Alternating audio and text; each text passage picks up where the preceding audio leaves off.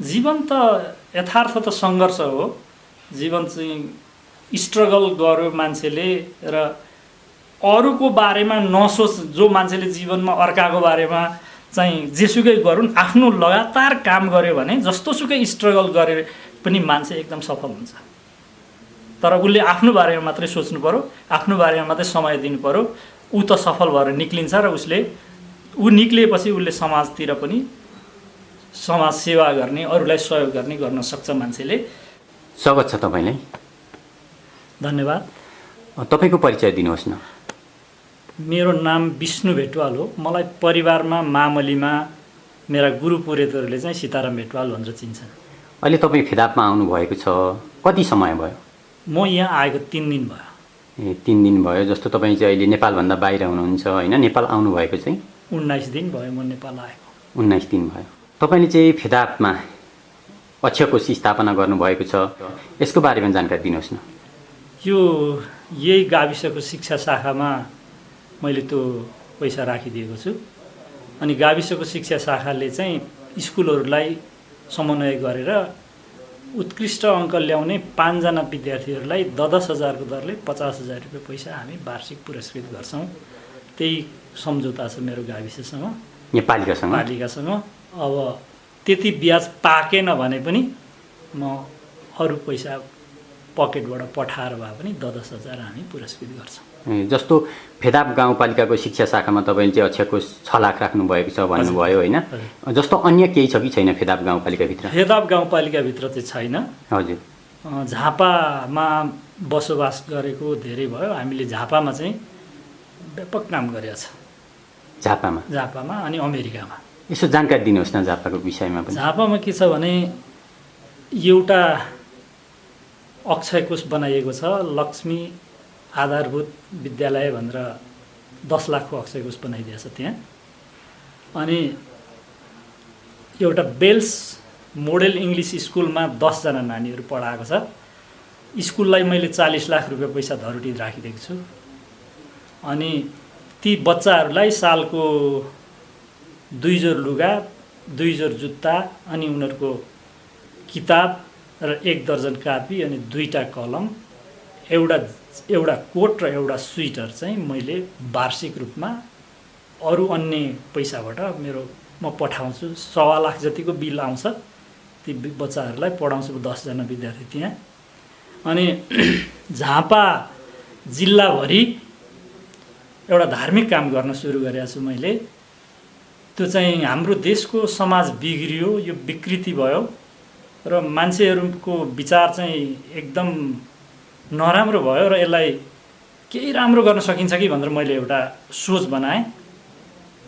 त्यो सोच बनाएको छ मैले कस्तो भने झापा जिल्लाभरिका बोर्डिङ स्कुल र सरकारी स्कुल सबैलाई हामीले भगवान गौतम बुद्धको बारेमा निबन्ध लेख्न लगाउँछौँ। क्वेसन हामी तयार गर्दैछौँ योपल्ट। पहिलोपल्ट चाहिँ निबन्ध 3 चरणको निबन्ध लेखायौँ। स्कुललाई पहिला 3 जना पठाइदिनुहोस् भन्छौँ। अनि स्कुलले 3 जना पठाइसकेपछि हरेक गाउँपालिकामा हामी ती 3 जना ती सबै विद्यार्थीलाई भेला गरेर त्यहाँ परीक्षा लिन्छौँ। अनि ती विद्यार्थीहरूलाई परीक्षा लिएपछि त्यसबाट सेलेक्ट गरेर अरू क्षेत्रीय रूपमा तिनीहरूलाई हामी निर्वाचन क्षेत्रको रूपमा क्षेत्रीय रूपमा लिन्छौँ। अनि ती क्षेत्रीय रूपबाट सेलेक्ट भएपछि 15 जना विद्यार्थी चाहिँ हामीले छानेर ल्याएर फेरि लिन्छौँ। त्यसमा बुद्ध कसरी जन्मिनु हो, बुद्ध जन्मिनुभन्दा पहिला दरबारको स्थिति के थियो, बुद्ध जन्मिने बेलामा महात्माले एलान गर्नुभएको थियो। बुद्धलाई भगवान शुद्धोधनलाई राजा शुद्धोधन भेट्न चाहिँ एकजना महात्मा आउनुहुन्छ। महात्माले चाहिँ म तिमीलाई भेट्न आएको होइन, आज भगवानको जन्म भएको छ उनलाई भेट्न आएको भनेपछि यिनी सन्यासी हुन्छन् भन्छन् उनले। महाराजले चाहिँ यो तरबार चलाउने बहादुर हुन्छ र यसले राज्यका सीमारेखाहरू बदलाउँछ भन्छ। अनि उनले सीमारेखा त यिनले संसारभरिका बदलाउँछन्, यिनी चाहिँ तरबार चलाउने हुँदैनन् भनेर रुन्छन् गुरु। रोएपछि शुद्धोधनले किन रुनुभयो भन्दा बुद्धले बुद्धत्व प्राप्त गर्नुभन्दा पहिला म मर्छु, मेरो उमेर धेरै गइसकेको छ भनेर उहाँले भन्नुहुन्छ। र यस्तै यस्तै क्वेसनहरू बनाउँछौँ हामीले त्यहाँ। हजुर। अनि यी क्वेसनहरू चाहिँ किन बुद्धले गएर त्यहाँ गयामा गएर किन तपस्या गर्नुभयो, बुद्धले गएर लिँदाखेरि किन कुशीनगरलाई छान्नुभयो, अनि बुद्धले आफ्ना उपदेशहरू दिनको लागि किन अर्को ठाउँ छान्नुभयो, यावत कुराहरू चाहिँ हामी क्वेसन बनाउँछौँ, म आफू पनि बनाउँछु। र अनि हामी चाहिँ काउन्सिलिङ गर्छौँ विद्यार्थीहरूलाई। के भनेर काउन्सिलिङ गर्छौँ भने तिम्रो घरलाई हेर, तिम्रो परिवारलाई हेर, गाउँलाई हेर र समाजलाई हेर, जो मान्छे धर्मात्मी छ, जो मान्छे अपराधी छैन र जो मान्छे सच्चा छ त्यो नै धनी पनि हुन्छ, विद्वान पनि हुन्छ। त्यसले गर्दा बुद्धलाई पढ, तिम्रो धर्म नमाने पनि तिम्रो विचार फेरियो भने तिमी उत्कृष्ट मान्छे बन्छौ भन्ने ढङ्गले मैले आफूले धेरै कुराहरूको मैले प्रशिक्षण गर्छु विद्यार्थीहरूलाई। काउन्सिलिङ गरिन्छ र त्यसको चाहिँ 2,50,000 पुरस्कार छ वार्षिक। त्यो 2,50,000 पुरस्कार चाहिँ त्यो विद्यार्थीहरूलाई पोहोर साल चाहिँ हामीले फर्स्ट हुनेलाई 2 लाखको पुरस्कार बाँडेको थियो। फर्स्ट हुनेलाई 70,000 दियौँ, सेकेन्ड हुनेलाई 50,000 दियौँ, थर्ड हुनेलाई 30,000 दियौँ, अनि अरूलाई चाहिँ 2 लाख, अरू विद्यार्थीहरूलाई चाहिँ प्रमाणपत्र र सान्त्वना गरेर 7,000 रुपियाँ पैसा दियौँ गत साल चाहिँ। यो साल चाहिँ हामी 2.5 लाखको पुरस्कारको राशि छ। यसमा सबै खर्च कटाएर जम्मा 5 लाख 5.5 लाख जतिको वार्षिक बजेट, त्यतिले त्यो कार्यक्रम सम्पन्न हुन्छ। अब त्यसको कपी काट्ने शिक्षकहरूलाई पैसा दिनु पऱ्यो, गाउँपालिकामा सबै जाने हो भने कोअर्डिनेसन गर्ने हो भने सम्पूर्ण मान्छेहरूको त्यो खर्च सबै मैले बिहोर्छु। बुद्धको विचारलाई मान्छेहरूले पढिदिए भने केही मान्छेहरूको दिमाग फेरिन्छ भन्ने मलाई विश्वास छ। र यो पहिल्यैदेखि यस्तो नहुनु पर्थ्यो हाम्रो देश। 10-15 वर्ष अगाडि यस्तो थिएन। 10-15 वर्षपछि चाहिँ हाम्रो मुलुकको सामाजिक संरचना साह्रै नराम्रो गरी बिग्रियो। मेरो विचारमा मान्छेहरूको भावना अपराधीतिर गएको छ, मान्छेहरू स्वार्थी भएका छन्। अनि करुणा र दया र प्रेम चाहिँ भगवान बुद्धको दर्शन पढ्नेको आत्मामा जाग्छ भन्ने मलाई लाग्छ। त्यो गर्न सकिन्छ कि भनेर काम गर्दैछु त्यहाँ। अनि अर्को एउटा गुरुकुल छ दमक छेउमा, त्यो गुरुकुलमा 5 लाख रुपियाँको अक्षय कोष बनाइदिएको छु। गुरुकुलको विद्यार्थीहरूलाई पढ्छन्, तिनीहरूलाई खाना खुवाउने गर्ने, लुगा लाउने, त्यसको ब्याजले त्यहीँ गुरुकुललाई पढाउने काम गरिन्छ। हामी युएसमा पनि सामाजिक काम गर्छौँ, धार्मिक काम गर्छौँ।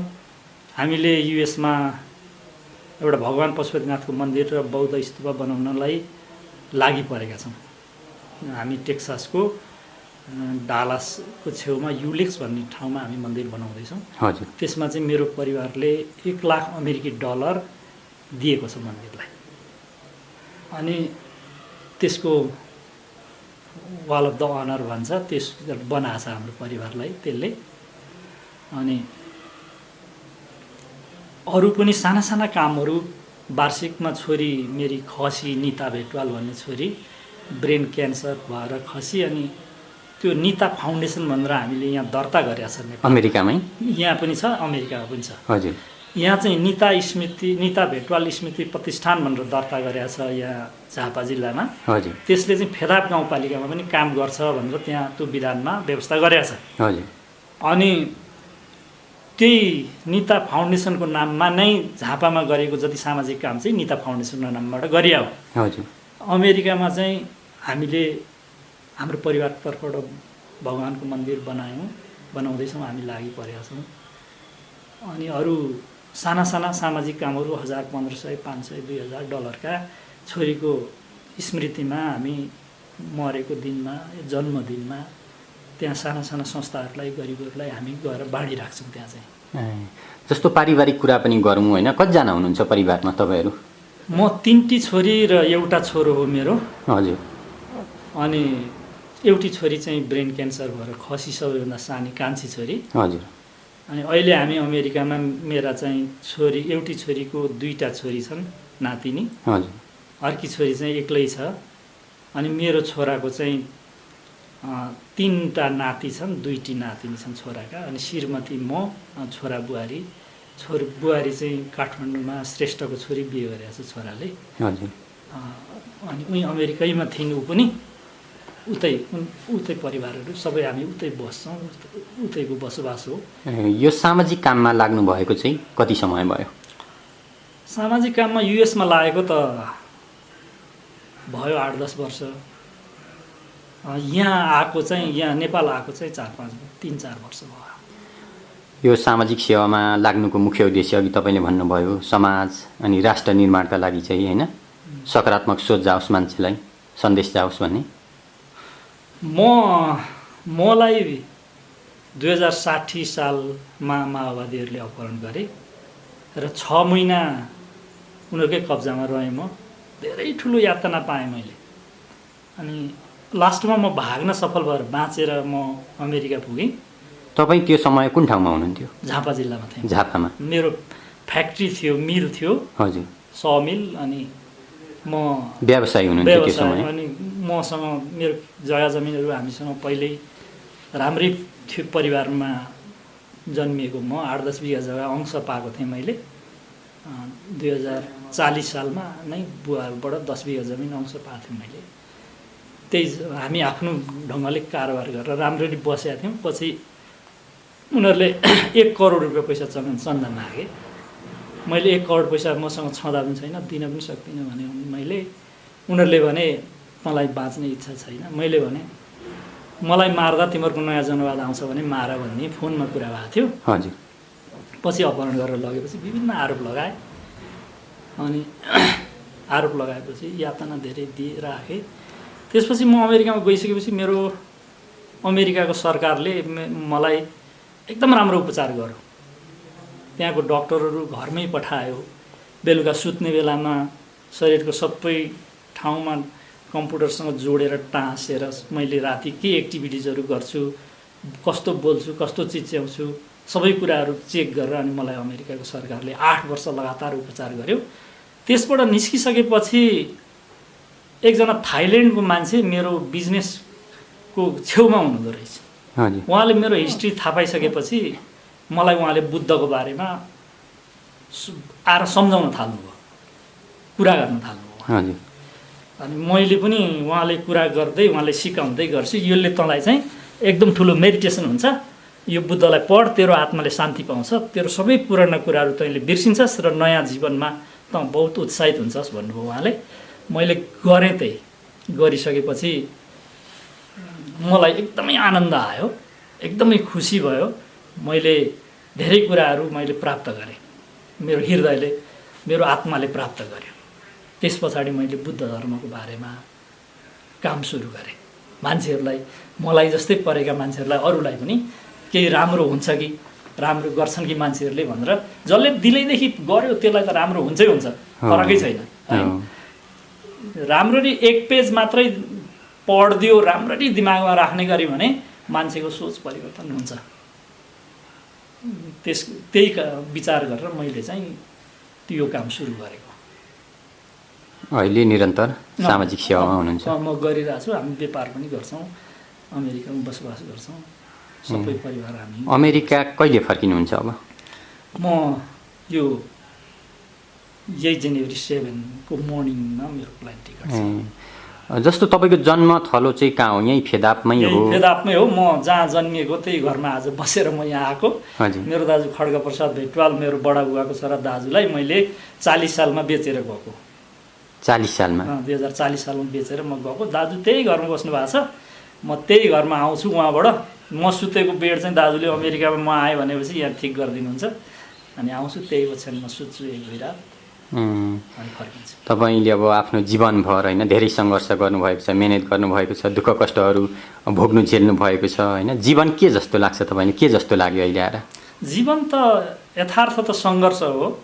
जीवन चाहिँ स्ट्रगल गर्यो मान्छेले र अरूको बारेमा नसोच। जो मान्छेले जीवनमा अर्काको बारेमा चाहिँ जेसुकै गरून्, आफ्नो लगातार काम गर्यो भने जस्तोसुकै स्ट्रगल गरे पनि मान्छे एकदम सफल हुन्छ। तर उसले आफ्नो बारेमा मात्रै सोच्नु पर्यो, आफ्नो बारेमा मात्रै समय दिनु पर्यो। ऊ त सफल भएर निक्लिन्छ र ऊ निक्लिएपछि उसले समाजतिर पनि समाज सेवा गर्ने, अरूलाई सहयोग गर्न सक्छ मान्छेले। तर मान्छेले धेरैतिर लाग्नु भएन। मान्छेहरूलाई नचाहिने कुरातिर लागेका छन् हाम्रा मान्छेहरू। जस्तो अब राजनीतिक नगर्नुपर्ने मान्छेहरूलाई राजनीति गर्नु परेको छ, व्यापार पनि जान्नु परेको छ, नजान्नु सबै थोक जान्नु परेको छ मान्छेहरूलाई, तर उनीहरू केही जान्दैन। मेरो एकजना भतिज थियो अस्ट्रेलियामा, उसले के भन्थ्यो भने तिजमा हाम्रा देशका मान्छेहरू 1 महिना नाच्छन्, कसैलाई नाच्न आउँदैन, 1 महिना नाचेपछि कमसेकम सिकेर त नाच्नु, वर्षै पछि नाच्छन् भन्छ क्या। त्यस्तै हामीलाई जे गरिन्छ एकदम पर्फेक्ट भएर गर्नु पर्यो के, एक थोक गर्नु पर्यो, तर मान्छेले निरन्तर गर्नु पर्यो। गरे गर्यो भने एउटै काम मान्छेले लागि परेर निरन्तर गर्यो, दुःख झेल्दै सबै कठिनाइहरू झेल्दै गर्यो भने जीवन सङ्घर्ष हो र सफलता मिल्छ मान्छेलाई, सबैलाई मिल्छ। हुन्छ, हामी कार्यक्रमको अन्त्यमा आइसकेका छौँ होइन। यो भिडियो हेरेर बस्नुहुने तपाईँको यो जन्मथलो पनि हो तेह्रथुम जिल्ला, अहिले फेदाप गाउँपालिका आफ्नै जन्म घरबाट चाहिँ म आएको भन्नुभयो होइन। अहिले फेदाप गाउँपालिकामा छौँ हामी। यो भिडियो हेरेर बस्नुहुने सम्पूर्ण तपाईँको आफन्त, शुभचिन्तक होइन, सम्पूर्ण दर्शकहरूमा के भन्न चाहनुहुन्छ? सम्पूर्णलाई मेरो नमस्कार छ। तपाईँहरू जसरी कष्ट झेलेर बस्नु भएको छ, यहाँ सजिलो छैन बस्नु भएको छ, आफ्नो ठाउँलाई सङ्घर्ष गरेर संरक्षण गरेर बस्नु भएको छ। तपाईँहरू सबैलाई धेरै धेरै धन्यवाद छ। हामीहरू आएर केही काम गर्ने इच्छा गरेका छौँ फेदापमा, तपाईँहरूले सहयोग गर्नुहुन्छ भन्ने मलाई आशा छ। तपाईँहरूको हौसला, तपाईँहरूको माया भयो भने हामी यहाँ आउँछौँ र सहयोग गरेर केही कामहरू गरेर फर्किन्छौँ। त्यही सामाजिक काम गर्न मात्रै हामी अमेरिकाबाट यहाँ आउँछौँ। हुन त हाम्रो आफ्नो बिर्तामोडमा घर जग्गा जमिन हामीले बेचेका पनि छैनौँ र म चाहिँ अमेरिकन सिटिजन पनि होइन, म चाहिँ ग्रिन कार्डै लिएर बसेको छु, किनभने म नेपालमा सामाजिक काम गर्नको लागि अमेरिकाको सिटिजन नलिएको। यहाँको चाहिँ जिल्ला प्रशासन कार्यालयमा अमेरिकन सिटिजनहरूले चाहिँ त्यो दर्ता गरेर अनि काम गर्न पाउँदो रहेछ, अनि त्यसै कारणले मैले चाहिँ लिइनँ। म चाहिँ ग्रिन कार्ड होल्डर नै हो, अनि मैले चाहिँ सामाजिक काम गर्छु यहाँ आएर, र मलाई चाहिँ मेरो देशप्रति माया छ, मेरो ठाउँप्रति अति धेरै माया छ। र तपाईँहरूले जसरी दुःख झेलेर बस्नु भएको छ फेदापमा, तपाईँहरूलाई धेरै धेरै धन्यवाद छ। हामी आउँछौँ र प्रोग्राम गर्छौँ, तपाईँहरूसँग मिलेर भेटेर मेरो बार पुरा होस् भन्ने आशा गर्छु, विश्वास गर्छु। सबैलाई मेरो नमस्कार, धन्यवाद।